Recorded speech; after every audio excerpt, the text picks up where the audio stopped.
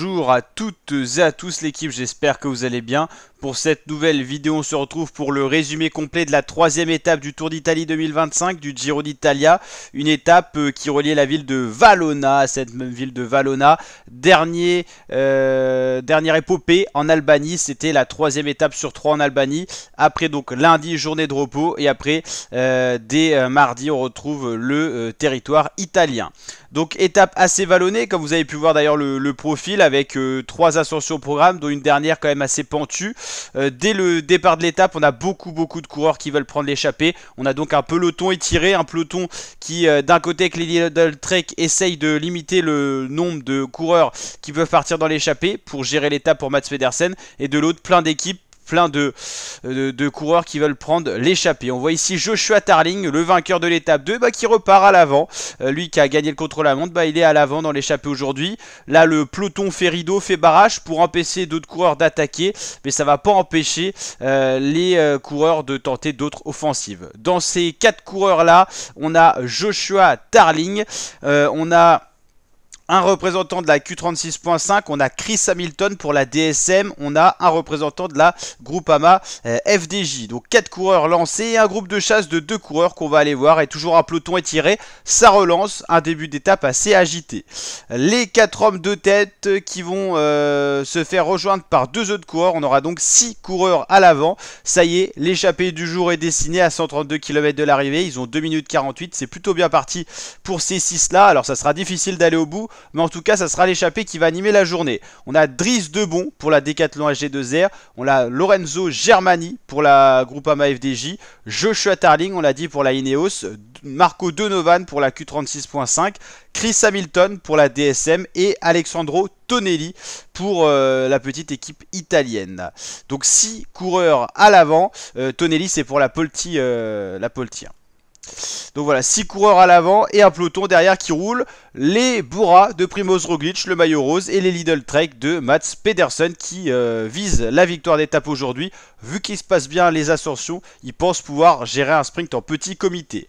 L'écart qui ne va jamais trop grandir, hein. Le peloton gère les échappées à distance. Lidl Trek qui roule pour Mats Pedersen et la Bora de Primoz Roglic. 117 km, toujours 2 minutes 47. L'écart ne dépasse pas les 3 minutes pour les 6 hommes de tête qui se relayent bien. L'entente est plutôt bonne. Route assez vallonnée, on est dans les terres albanaises.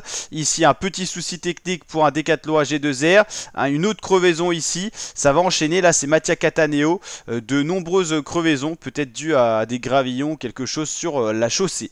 On voit ici donc toujours les hommes de tête, Dries Debon, Marc Donovan, Lorenzo Germani, Alessandro Tonelli, Joshua Tarling, ils sont 6 à l'avant, et donc les voici à 2 minutes 07, l'écart diminue, on a 68 km de l'arrivée. Une nouvelle crevaison pour un Jayco Alula cette fois. Il y a également un écrémage qui se fait, les gros gabarits de rouleurs sprinters sont distancés à l'image de Michael Zillard. Voilà, il y a un écrémage qui se fait, le tempo est pas non plus infernal, mais ça suffit pour lâcher par exemple Sam Bennett ici à l'image qui dès que la route s'élève est distancé. Le peloton va quand même plus vite, plus qu'une minute 33 d'avance pour les 6 hommes de tête.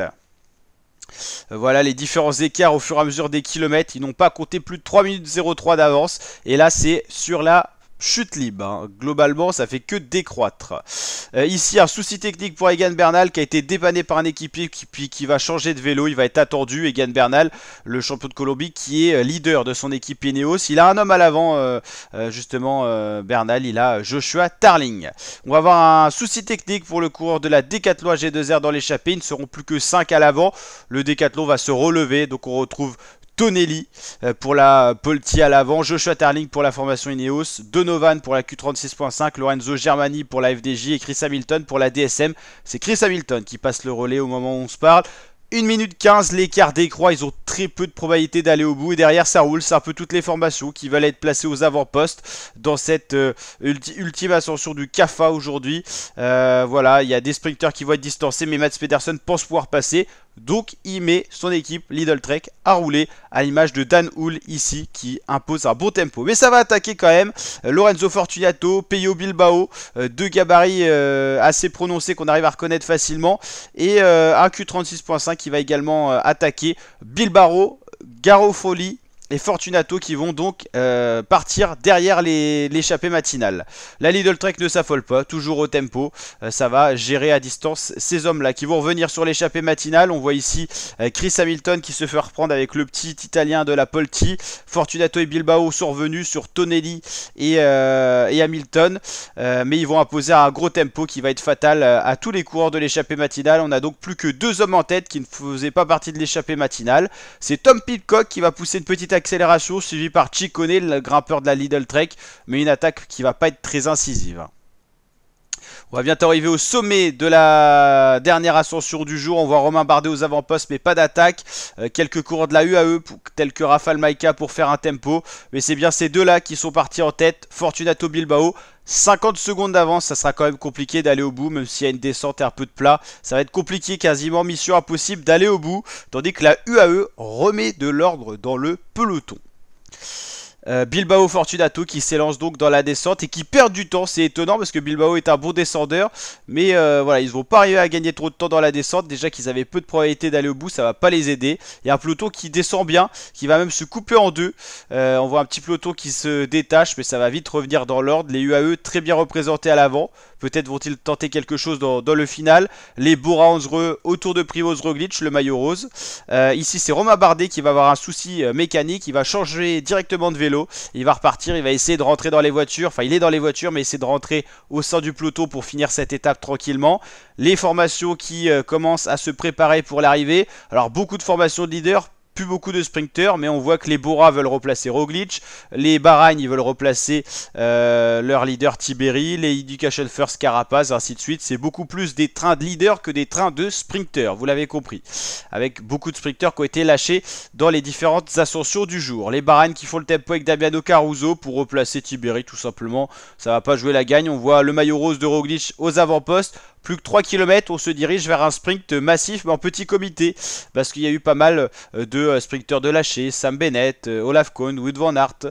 Tous ces sprinters-là ont été distancés. Donc ça va être un sprint en petit comité. Et avantage à Mats Pedersen, qui est un sprinter rapide et qui passe bien les bosses. Olar aussi, le sprinter vénézuélien de la Movistar qui a fait un bon résultat sur le premier sprint de l'étape 1, qui sera parmi les favoris.